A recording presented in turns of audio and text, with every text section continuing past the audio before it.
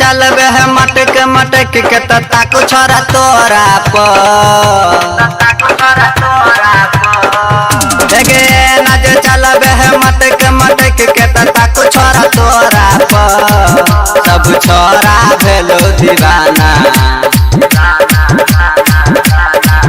सब छोरा भेलो दीवाना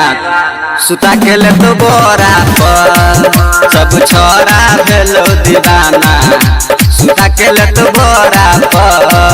देखे नज चलबे है मटक मटक के ताको छोरा तोरा देखे नज चलबे है मटक मटक के ताको छोरा तोरा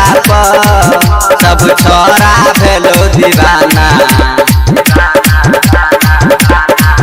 सब छोरा भेलो दीवाना सुता के ले तो बोरा सब छोरा भेलो दीवाना सुता के ले तो बोरा डीजे सुमित सतीश रैमा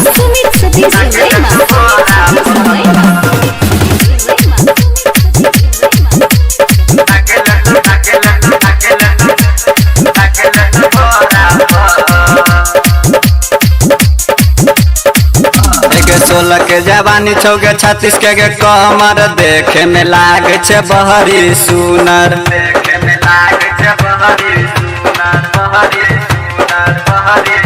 देखे 16 के जवानी छौगे 36 के कमर देखे में लागे छे बहरी सुनर के नाचे मुस्कब ही हो तो छोरा पागल तोरा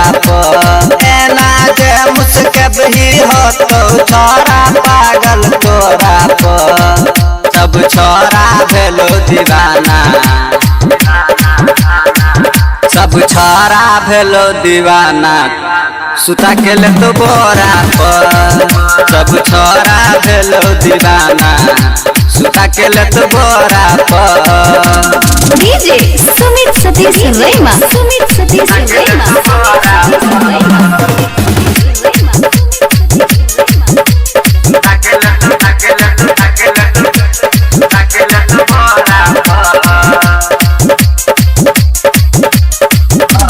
राइटर टेंगारी कहले तो मना मानी पप्पू परदेसी लूट ले तो जवानी